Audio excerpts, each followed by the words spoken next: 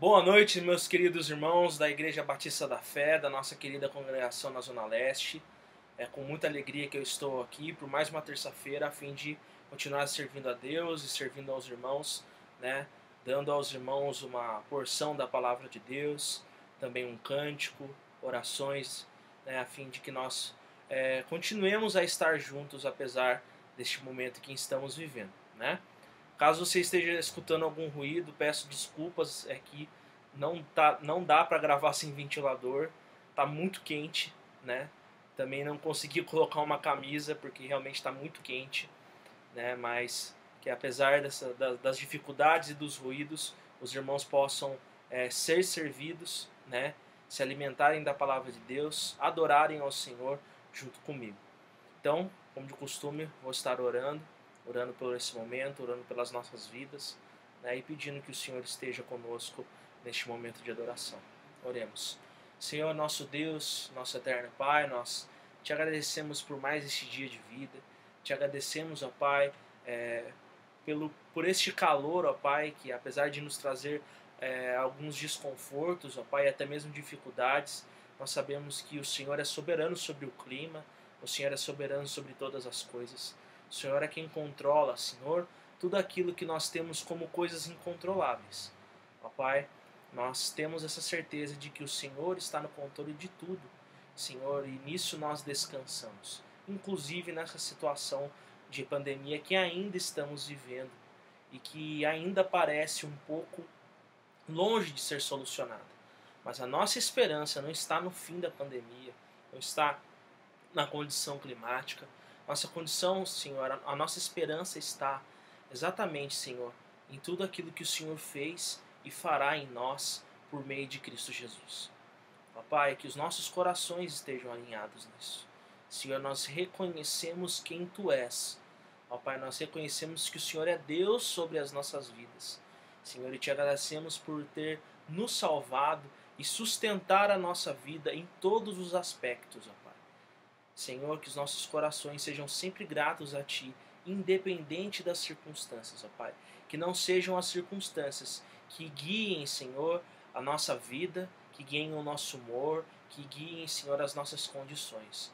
Ó Pai, que seja apenas a nova realidade em Cristo Jesus ao qual nós podemos viver. Que seja de fato, Senhor, o nosso propósito de existir, a dedicação dos nossos pensamentos e toda a prática da nossa vida. Pai, esteja com os meus irmãos em todas as suas dificuldades, Pai, que o Senhor venha a suprir a cada um, Pai, em nome de Jesus, de acordo, ó Pai, com a Tua vontade, ó Pai, e que possamos todos continuarmos, ó Pai, seguindo na nossa caminhada cristã, Senhor, buscando agradar a Ti em todas as coisas, buscando viver para a Tua glória, Pai. Essa é a minha oração, em nome de Jesus, amém. Meus irmãos, nós vamos cantar agora um hino chamado Reina em Mim. Não faz muito tempo que eu cantei ele, mas gostaria de estar cantando de novo, porque esse hino, além de ser muito conhecido, de estar aí na ponta da língua dos irmãos, ele fala a respeito desse reconhecimento, desse nosso desejo de termos a Jesus Cristo reinando sobre todo o nosso viver, né? E realmente revelar através da nossa vida, da nossa prática de vida, né, que Jesus Cristo é Senhor sobre nós. Então, vamos cantar Reina em Mim.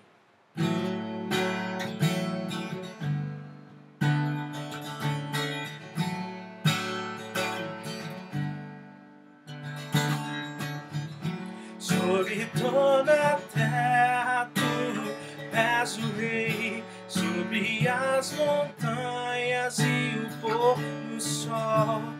Uma coisa só, meu desejo é: reina de novo em mim, reina em mim, com Teu poder sobre a escuridão, sobre os sonhos meus. Tu és o Senhor de tudo que sou. Reinar em mim, Senhor.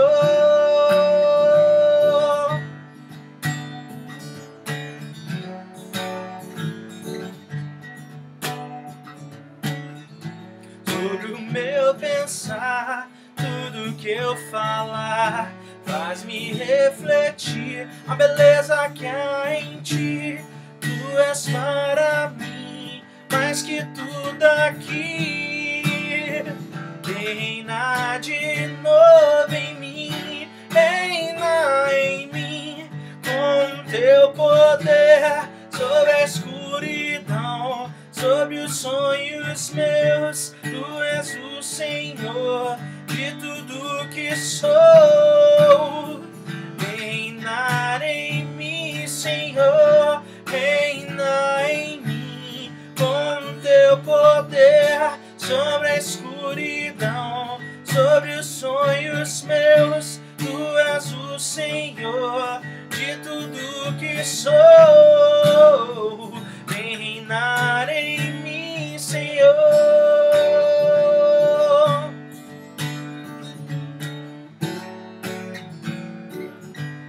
Sobre o meu pensar, sobre o meu pensar, tudo que eu falar, faz-me refletir a beleza que há em ti. Tu és para mim mais que tudo aqui. Reina de novo em mim, reina em mim, com teu poder sobre a escuridão, sobre os sonhos meus. Tu és o Senhor de tudo que sou. Reinar em mim, Senhor. Reinar em mim, Senhor. Reinar em mim, Senhor.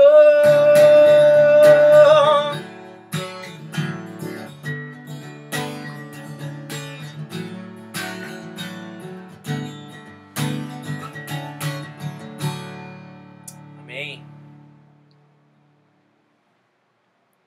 Vamos abrir nossas Bíblias em Colossenses capítulo 3.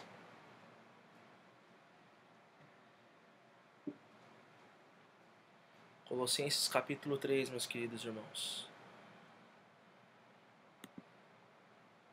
Estamos em nosso 11º sermão em Colossenses. Pela graça de Deus, o Senhor tem nos permitido, em todas essas terças-feiras, compartilhar com os irmãos uma porção dessa carta que fala a respeito da supremacia de Cristo. Eu sei que os irmãos já devem estar bem habituados com o propósito do livro, mas é sempre bom relembrar, inclusive para ajudar na compreensão da mensagem presente e também para ajudar aqueles que porventura não possam estar assistindo pela primeira ou pela segunda vez essa série, né? Então, a carta aos Colossenses foi escrita pelo apóstolo Paulo a fim de combater uma heresia na região ali de Colossos, na Ásia Menor, por volta da década de 60. Uma heresia que afligia essa igreja daquela região. Heresia a qual era uma mistura de elementos judaicos com elementos paganistas, com elementos de filosofia da época, que buscavam minar a crença dos colossenses na supremacia de Cristo e na suficiência de sua obra. Então, o argumento central dessa carta é que Cristo é supremo sobre todas as coisas e que a sua obra ela é suficiente para a vida do crente. Não somente suficiente para a salvação, mas também suficiente para que ele viva de uma maneira que agrade ao Senhor, né? Ela não é apenas sobre a salvação da alma, mas o bem-estar do crente em todas as coisas, buscando viver todos os aspectos da sua vida de maneira que agrade ao Senhor. Então Paulo ele defende essa ideia de que Cristo ele é supremo sobre toda a nossa vida, e não somente por um aspecto espiritual. Paulo não faz uma compartimentalização da vida do crente, como se Cristo pudesse ser Senhor somente em algum aspecto ou outro, mas Paulo tenta mostrar que o fato de Cristo ser supremo quer dizer que ele realmente é dono de tudo, e dono de toda a nossa existência, do começo ao fim, cada aspecto da nossa vida.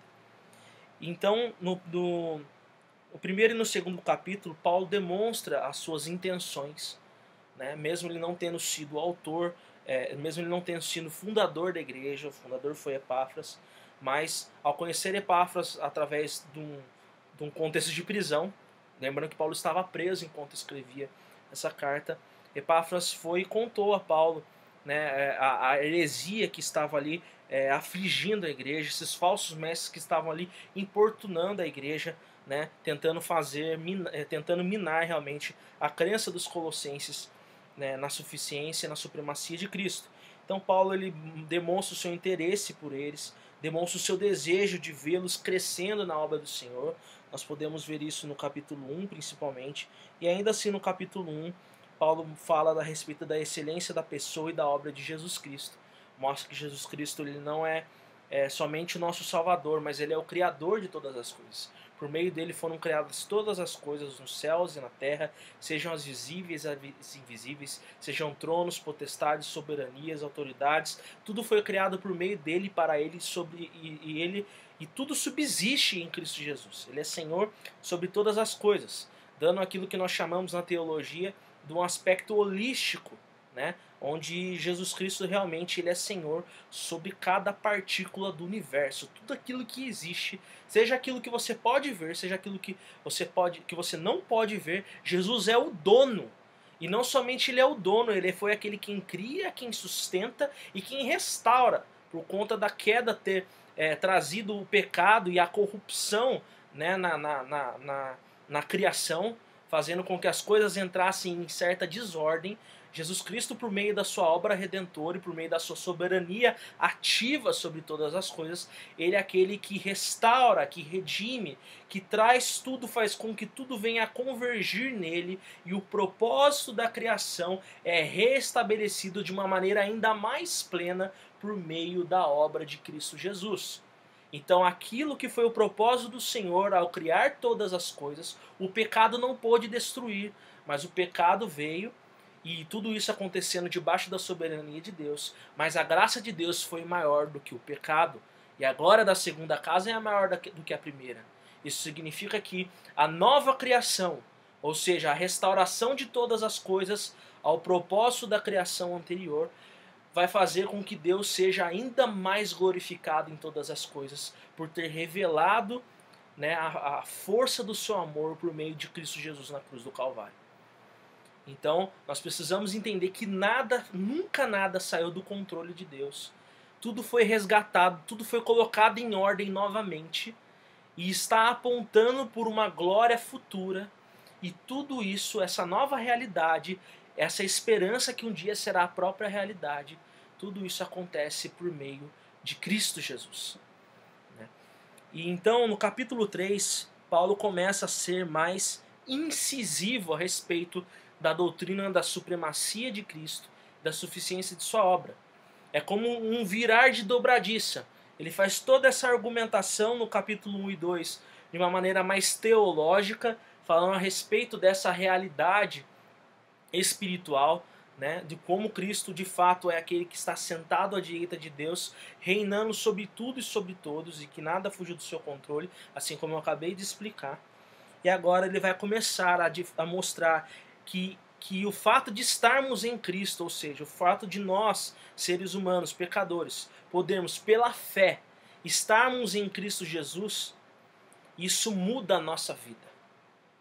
Então, todas as heresias dos colossenses eram tentativas de fazer com que o homem pudesse redimir a si mesmo, viver bem consigo mesmo, a parte da graça de Deus e a parte da obra redentora de Cristo. Esses falsos mestres estavam querendo dizer que talvez não a parte, mas talvez aquilo que Cristo fez e aquilo que Cristo proporciona, talvez não seja tão suficiente assim, fazendo com que você precise aderir a elementos judaizantes, ou a elementos filosofistas, ou elementos até mesmo esotéricos, pagãos, né? Então, Paulo, depois de mostrar que tudo isso é mentira, de fazer cair por terra todo e qualquer tipo de legalismo, de filosofismo e de paganismo, Paulo começa a mostrar assim, há uma nova realidade. Vocês foram ressuscitados com Jesus. Cristo Jesus morreu, e vocês morreram junto com Cristo. E assim como Jesus Cristo reviveu, vocês também reviveram junto com Cristo. E agora todas as coisas se fizeram novas, e vocês precisam viver essa nova realidade. Mas Paulo não iria utilizar de argumentos comportamentais e legalistas a fim de que os colossenses pudessem viver então de uma maneira que agradasse a Deus. Porque esse tipo de argumento é o argumento dos próprios hereges. Paulo apela realmente a fé em Jesus Cristo, mostrando para os colossenses que o fato deles crerem em Jesus é o que vai salvar de fato a vida deles e é o que vai fazer com que eles consigam viver de uma maneira que agrade ao Senhor. Então, meus irmãos, nós vamos ler o texto bíblico agora, depois de fazer essa introdução. Portanto, se fostes, capítulo 3, portanto, se fostes ressuscitados juntamente com Cristo, buscai as coisas lá do alto, onde Cristo vive, assentado à direita de Deus. Pensai nas coisas lá do alto, não nas que são aqui da terra, porque morrestes e a vossa vida está oculta juntamente com Cristo em Deus. Quando Cristo, que é a nossa vida, se manifestar, então vós também sereis manifestados com Ele em glória. Vamos orar? Senhor, me ajude, Pai, neste momento, e que as minhas dificuldades, os meus pecados e todas as interferências, ó Pai, que essa maneira de transmissão online possam gerar, não sejam um empecilho para que os meus irmãos sejam edificados pela Tua palavra e sejam fortalecidos, ó Pai, na força do Teu poder. Senhor, o meu desejo, a expectativa do meu coração é que assim como o Senhor falou comigo, Senhor, e me edificou, ó Pai, com essa porção da Tua palavra, os meus irmãos também em suas casas possam assim também ser edificados e ter as suas vidas transformadas. Fala conosco, ó Pai, em nome de Jesus. E me ajude, Senhor, a ser claro. E aonde eu não conseguir, que o Teu Santo Espírito seja. Senhor, na onde eu falhar, ó Pai, que o Senhor me dê a paz, ó Pai, que eu preciso. Senhor, de saber que a Tua palavra não volta vazia e que, Senhor, o Teu poder, o Teu Espírito irá fazer, ó Pai, tudo aquilo que eu não sou capaz. E que os meus irmãos possam ser abençoados, ó Pai. E que o objetivo, Senhor, dessa mensagem, que é fazer com que os meus irmãos busquem as coisas do Senhor, busque, Senhor, aquilo que é eterno. Busque, ó Pai, ter a Cristo como o seu bem mais precioso, a começar da maneira como eles vivem, a começar da maneira como eles desejam, Pai, que a vida seja, a perspectiva da vida deles, ó Pai. Que em nome de Jesus, ó Pai, eles possam compreender isso e viver isso, ó Pai. Essa é a minha oração. Em nome de Jesus. Amém. Meus irmãos, a ideia central desta mensagem é que a nova realidade em Cristo deve alinhar a nossa perspectiva de vida a tudo aquilo que é eterno, revelando a Cristo como supremo sobre todas as coisas. De novo, nossa nova realidade em Cristo deve alinhar a nossa perspectiva de vida a tudo aquilo que é eterno, revelando a Cristo como supremo sobre todas as coisas. Essa mensagem é sobre uma mudança de pensamento. Paulo, na sua intercessão, no seu pedido de oração e na sua intercessão, na sua ação de graças, no capítulo 1, Paulo falou a respeito dos colossenses crescerem no conhecimento de Jesus Cristo e não ficarem satisfeitos com o conhecimento raso da palavra de Deus, mas terem de fato as suas mentes e os seus corações saturados pelo conhecimento de Cristo Jesus. Ou seja, é uma dedicação do pensamento, é uma dedicação do coração, é uma dedicação de fato intelectual, de pensar somente naquilo que glorifica a Jesus. E isso deve ser fruto da primeira mudança de pensamento, da primeira mudança no coração, que é a conversão. Então, meus irmãos, no primeiro versículo nós lemos: portanto, se fostes ressuscitados juntamente com Cristo. O que isso significa? Que nós precisamos compreender a nossa nova realidade em Jesus. Nós fomos ressuscitados com Cristo para vivermos uma nova vida. Paulo está falando aqui para cristãos. Paulo está falando para aqueles que creem em Jesus como seu único e bastante Salvador, que de fato se arrependeram dos seus pecados e vivem em arrependimento, por reconhecerem que não podem ser salvos à parte da graça de Deus, à parte do sacrifício de Jesus, que nós somos totalmente dependentes do Senhor para sermos salvos e para nos mantermos salvos e alcançarmos a salvação eterna na glória com Jesus.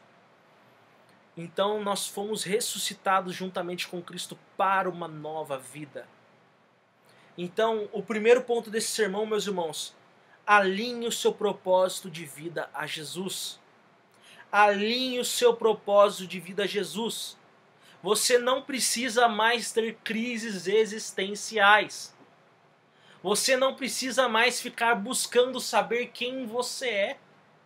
Você ressuscitou com Cristo e está escondido nele. E a sua vida agora é o que? É acordar e reconhecer a graça de Deus sobre a sua vida. E buscar amar a Deus sobre todas as coisas. E agora tudo aquilo que você faz deve ser uma maneira de demonstrar esse amor que você tem por Deus. E demonstrar esse amor que você tem por Deus também amando ao próximo. Então o nosso propósito de vida, meus irmãos, a nossa busca deve ser pautada na eternidade. Ele fala isso. Buscai as coisas lá do alto, onde Cristo vive, assentado à direita de Deus. Ou seja, o nosso propósito de vida, a nossa busca, deve ser pautada na eternidade, a dimensão a qual Cristo está e onde estaremos para sempre com Ele. Alinhe o seu propósito de vida a Jesus. Essa nossa nova realidade, que é pautada na realidade de Jesus, ou seja, Jesus Cristo está na eternidade, está nos céus, reinando sobre tudo e sobre todas as coisas. Aponta que Cristo é nosso Senhor, é o que tem autoridade. Jesus reina sobre tudo e sobre todas as nossas vidas. Alinhe o seu propósito de vida a Jesus, meus irmãos.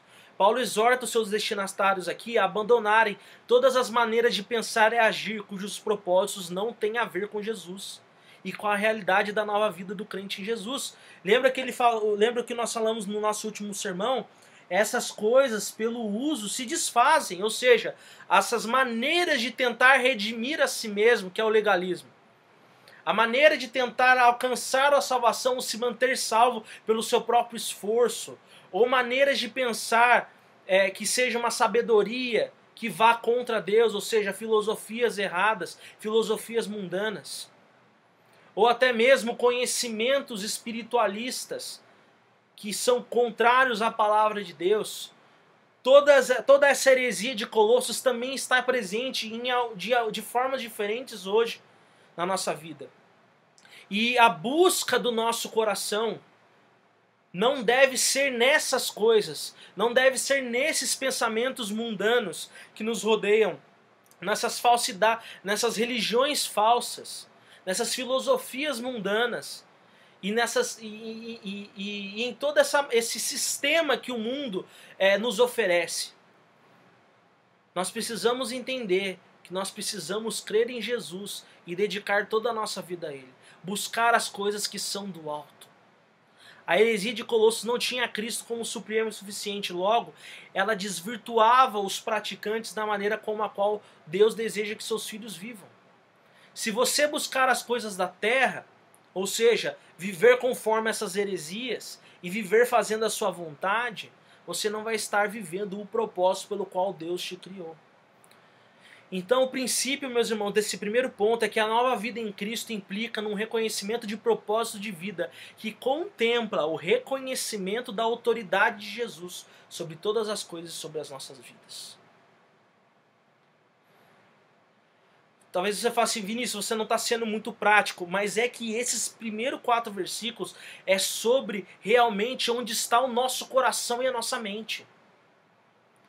Não tem como nós falarmos de uma prática de vida do dia a dia sem antes deixarmos claro como devemos pensar e como devemos enxergar a vida.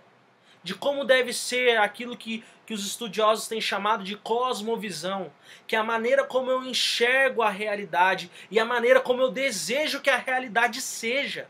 Ou seja, a minha esperança, as minhas expectativas, a minha busca. E é exatamente sobre isso que Paulo está falando. Buscai as coisas que são do alto, buscai o que é do alto. Buscai o que é do alto, porque é lá no alto onde Cristo está. Então, meus irmãos, a praticidade dessa mensagem vai estar na maneira como você pensa e nos compromissos do seu coração. Por que você faz o que você faz? Por que você faz o que você faz? Tente pensar agora nas suas principais atividades. O seu trabalho, os seus estudos, os seus cuidados com a família, as coisas que você faz na igreja, trabalhos voluntários, o seu papel na sociedade. Por que você faz o que você faz? Qual é o combustível que queima no motor do seu coração? O que de fato pulsa no seu coração? Quais são os compromissos do seu coração? Você reconhece a Cristo nas suas ações? Você dedica tudo o que você faz a Jesus? Meu irmão, qual é a sua busca? Qual é a sua busca? Perceba aqui, meus irmãos, que ele não está querendo propor uma vida que é toda espiritualizada, muito pelo contrário. Porque Paulo falou no capítulo 1 que Jesus Cristo criou todas as coisas. Jesus Cristo é Senhor sobre toda a criação. Então a criação não é ruim. Ou seja, a natureza, a família, os nossos relacionamentos, a sociedade, tudo não é ruim.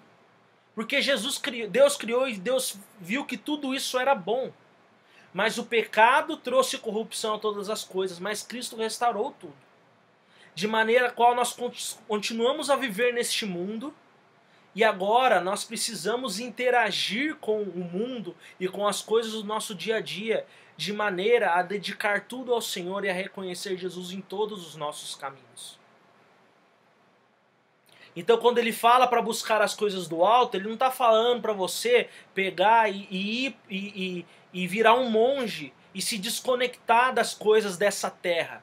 Mas ele está querendo dizer para você viver nessa terra, mas reconhecendo que você foi feito para a eternidade.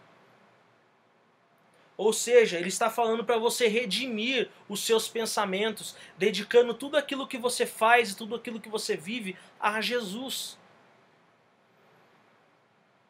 Por que você faz o que você faz?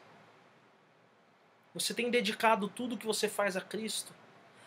O primeiro ponto, meus irmãos, alinhe o seu propósito de vida a Jesus, porque, relembrando a ideia central, a nossa nova realidade em Cristo deve alinhar a nossa perspectiva de vida a tudo aquilo que é eterno, revelando a Cristo como supremo sobre todas as coisas.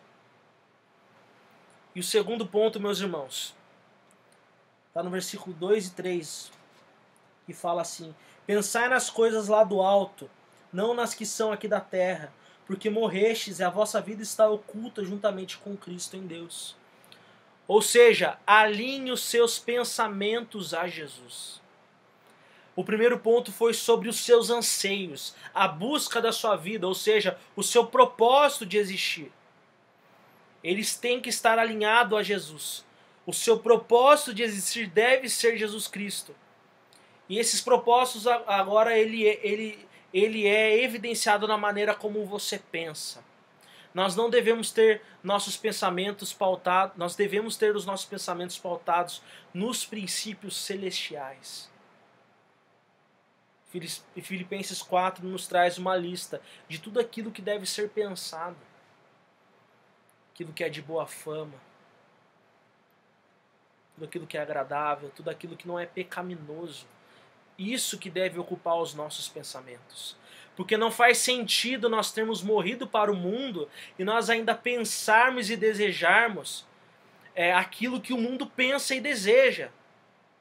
A heresia de Colossos era completamente mundana, porque ela trazia uma proposta de salvação e de bem-estar de vida que não tinha a ver com Jesus. A coisa mais terrível que pode existir na vida de uma pessoa é ela viver no pecado e ser feliz no pecado. Ou seja, ela fazer aquilo que é errado e ela achar que aquilo de fato é errado. Por isso que os nossos pensamentos são muito importantes na nossa vida. e eles têm que estar alinhados a Cristo. Pensar nas coisas lá do alto, não nas que são aqui da terra, não naquilo que é mundano, não naquilo que é pecaminoso. Aqui ele não está falando para você abandonar trabalho, família, relacionamentos, amizades, não. Ele não está falando nesse sentido daquilo que é real. Ele está falando daquilo que é mundano, naquilo que é pecaminoso. E qual que é a justificativa que ele dá, o motivo pelo qual nós devemos pensar no que é do alto e abandonarmos o nosso pensamento mundano? Porque nós morremos e a nossa vida está oculta juntamente com Cristo em Deus. Ou seja, a nossa comunhão com Jesus implica numa mudança de pensamento. Nós estamos ocultos com Cristo em Deus. Nós temos relacionamento com a Trindade. E isso deve mudar a maneira como nós pensamos. Se nós temos comunhão com Deus, nós temos que pensar naquilo que Deus deseja que pensemos. Nós devemos compartilhar os nossos pensamentos. Devem ser os mesmos da palavra de Deus revelada. E isso, meus irmãos, é muito demonstrado através das amizades. O porquê que pessoas se juntam com outras? Porque elas têm pensamentos em comum. Se nós estamos juntos com Cristo em Deus, nós temos que ter um pensamento em comum com Jesus e com Deus. No que você está pensando? O que você pensa da sua vida? Se não glorifica a Cristo, abandone esses pensamentos. Não acredite nas mentiras que o seu próprio coração te diz ou que o mundo tenta te dizer que é verdade. Mas acredite naquilo que a palavra de Deus ensina. Então, meus irmãos, o princípio desse versículo é que por termos morrido para o mundo, nós devemos viver a nova vida em Cristo, dedicando os nossos pensamentos a Jesus, pensando naquilo que Jesus pensa, e o que está na mente de Jesus é glorificar eternamente o Pai, obedecendo a Ele. E Jesus fala isso, que a comida e a bebida dele é fazer a vontade do Pai. Era esse o anseio de Jesus, era esses os pensamentos de Jesus, era essa a filosofia de Cristo. Viver em obediência de maneira a glorificar o Pai, e deve ser esse o nosso pensamento, porque se nós estamos juntos com Cristo, nós estamos em comunhão com o Pai, e tudo isso por meio do Espírito, nós devemos partilhar desses mesmos pensamentos que eles. E de que maneira eu posso aplicar isso, meus irmãos? O que tem ocupado a sua mente? Quais são as suas preocupações? Quais são as suas preocupações, mano? Eu sei, Vinícius, eu tenho preocupações. Eu tenho contas para pagar. Ok. Essas contas que você tem para pagar, essas dívidas que você tem, são coisas normais da vida? São frutos de um bom uso do seu dinheiro? Como, por exemplo, a água que você gasta, a energia e o supermercado, as despesas normais para se viver? Então você não precisa se preocupar. Se você está usando bem os seus recursos, se você está usando bem os seus recursos, até mesmo o crédito, então você pode trabalhar e descansar no Senhor, que Deus há de suprir as suas necessidades. Trabalhe, seja diligente, mas confie em Deus, que Ele há de suprir a sua família. Agora, se você gastou demais, se você foi irresponsável com os seus gastos e com o uso até mesmo do crédito que você tem na praça, claro que você vai ficar preocupado, porque foi um erro. Talvez um erro por ignorância, talvez um erro por ganância. Por quê? Porque os seus pensamentos não estavam dedicados a Jesus. Na hora que você vai passar o cartão de crédito naquele site, lá na loja, na hora que você vai fazer um financiamento de um veículo, você estava pensando em Jesus? Você estava com os pensamentos em Cristo? Você estava pensando nas coisas que são do alto ou nas coisas aqui da terra? Quando você compra o que você compra, você pensa, isso é uma maneira de glorificar a Cristo? Ou isso é só uma maneira de trazer um prazer para o meu coração? Porque a maioria das nossas preocupações, irmãos, com as coisas dessa terra, Não só porque as coisas dessa terra são ruins, mas são porque nós fazemos das coisas dessa terra o nosso Deus. Nós fazemos das bênçãos do Senhor, Senhor sobre as nossas vidas. As bênçãos são para serem utilizadas, e utilizadas para a glória de Deus. E não para serem o propósito da nossa vida. Quais são os princípios que regem o seu viver? No que de fato você acredita? De maneira ainda mais prática. Você pensa em Cristo. Os seus pensamentos são naquilo que é eterno. De que maneira que você vai votar nessas eleições? Você sabe no que de fato o seu candidato acredita? Pense nisso, meus irmãos. Políticas são sobre os poderes dessa terra. E Cristo é soberano sobre isso também. Então a maneira como você vota também deve mostrar. Também é uma maneira de mostrar naquilo que você acredita. Claro que nós nunca conseguiremos achar um candidato ideal. Nunca. Mas nós temos que fazer aquilo que é possível. Então, no que de fato você acredita? Você diz que crê na Bíblia. A maneira como você vive diz isso. As pessoas que convivem com você, elas podem dizer: fulano de tal pensa nas coisas do alto. Fulano de tal vive de uma maneira que de fato parece que ele morreu para aquilo que é pecado. E parece que ele vive juntamente com Cristo em Deus, que é o que está dizendo o versículo. Porque você vive aquilo que você de fato acredita. Então, meu irmão, se talvez você vive em falhas constantes, você deve avaliar se de fato você acredita naquilo que você diz crer. É uma luta da mente e do coração. Porque talvez você tenha compreendido intelectualmente, mas o seu coração ainda não confia na verdade do Senhor. Porque você vai e toma atitudes sobre atitudes que não condizem com a palavra de Deus e com aquilo que de fato é eterno. O que tem ocupado a sua mente? Quais são as suas preocupações? Quais são os princípios que regem sua vida? No que de fato você acredita? E o último ponto, no versículo 4, que é o versículo sobre esperança. Quando Cristo, que é a nossa vida, se manifestar, então vós também sereis manifestados com Ele em glória. Alinhe a sua esperança à eternidade com Jesus. Alinhe a sua esperança à eternidade com Jesus. Meus irmãos, esse versículo fala que ainda há mais a ser manifesto por Jesus em sua segunda vinda. A realidade da supremacia de Cristo ainda não pode ser vista na sua plenitude. As pessoas ainda não podem ver Jesus no trono. As pessoas ainda não podem ver que Cristo venceu.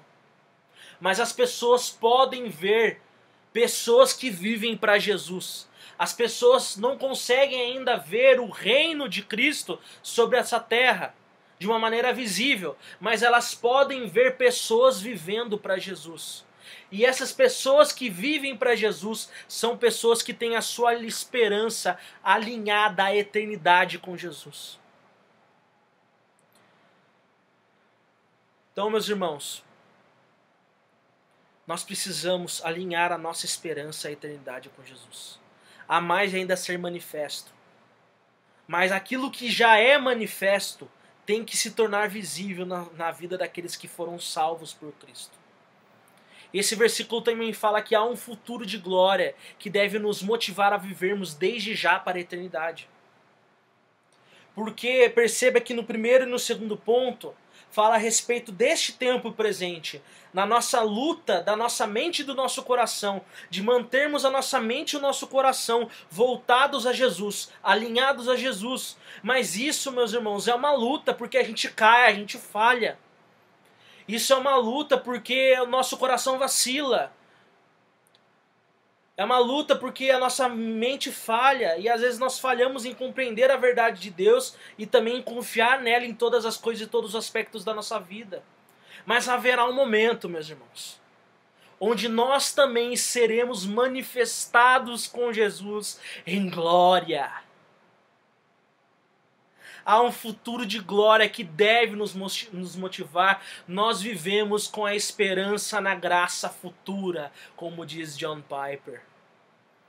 Então Paulo enche os seus destinatários de esperança com esse versículo 4. Ele diz que essa luta no pensar nas motivações terá um fim. Vai ter um momento que a gente não vai precisar ficar buscando as coisas do alto. Vai ter um momento onde a gente não vai mais precisar ficar pensando nas coisas do alto. Porque no alto nós estaremos. A nossa esperança de hoje será a própria realidade. Pois um dia essa esperança será a própria realidade, aleluias! E de fato nós estaremos vivendo de maneira plena todo o propósito de vida ao qual temos lutado agora para conseguir. Essa sua luta contra o pecado, meu irmão, essa sua luta no coração, na mente, na prática de vida, contra os seus vícios, contra os seus maus hábitos, essas dificuldades no relacionamento, essa dificuldade que nós temos de vencermos o pecado agora, meu irmão, isso vai acabar. Isso vai acabar porque assim como Cristo quer a nossa vida se manifestar, nós também seremos manifestados com Ele em glória e nós reinaremos com Jesus em sua glória e majestade para todo sempre. Serviremos a Jesus de uma maneira plena. Então, meus irmãos, a esperança da nossa caminhada cristã é o retorno de Jesus. A ética cristã é baseada na escatologia, onde toda essa nossa luta contra os nossos maus pensamentos e também contra os maus pensadores, que são os hereges, finalmente terá fim. Meu irmão, onde está a sua esperança? Onde está a sua esperança? Talvez você desista. Talvez você esteja acumulando falha sobre falha na maneira como você vive, porque quando você faz aquilo que é certo, você não vê muito efeito nisso. Você perde a esperança. Mas a sua esperança não é numa mudança completa da realidade agora, mas naquilo que há de vir, que é a nossa nova vida, que é a nossa eternidade com Cristo Jesus. A sua luta em viver para a glória de Deus deve ser pautada na esperança de que um dia você conseguirá viver isso para sempre. E eu trago, meus irmãos, essa frase de um morávio. Pesquisem sobre os moravianos. De Charles Studd. Presta atenção nessa citação. Apenas uma vida, logo passará. Apenas o que foi feito para Cristo permanecerá. Apenas uma vida, logo passará. Apenas o que foi feito para Cristo permanecerá. E eu concluo, meus irmãos, essa mensagem lembrando desses 3 pontos dessa noite. Alinhe o seu propósito de vida a Jesus. Elimine essas suas crises existenciais e entenda que você ressuscitou com Cristo e você deve viver para o louvor de sua glória. Esse é o propósito da sua vida. Amar a Deus sobre todas as coisas e ao próximo como a ti mesmo. Alinhe o seu propósito de vida a Jesus. Eu não sei quem eu sou de Jesus. Eu não sei para que eu existo. Você existe para obedecer a Jesus. Eu não consigo encontrar alegria. A alegria está em Jesus. Todos esses anseios do coração, todas essas buscas, meus irmãos, as respostas de todas as nossas crises, elas jorram da cruz de Cristo. É na suficiente obra de Cristo que nós encontramos todo o consolo e toda a paz que nós tanto precisamos.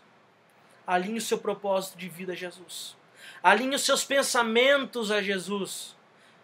Pense nas coisas que são eternas, naquilo que glorifica a Deus. Alinhe seus pensamentos a Jesus. Não permita que heresias e pensamentos contrários à palavra de Deus venham a penetrar em sua mente, porque isso vai mudar a maneira como você vive. A maneira como nós vivemos é uma demonstração daquilo que de fato nosso coração está comprometido. Lembra das palavras de Cristo? A boca fala do que está cheio o coração. Então alinhe os seus pensamentos a Jesus, para que você possa viver de uma maneira que agrade a Jesus. E por último, alinhe sua esperança à eternidade com Jesus.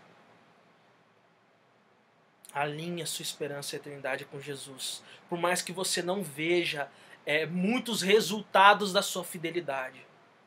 Por mais que você não encontre tantos prazeres assim na maneira como você vive para Cristo.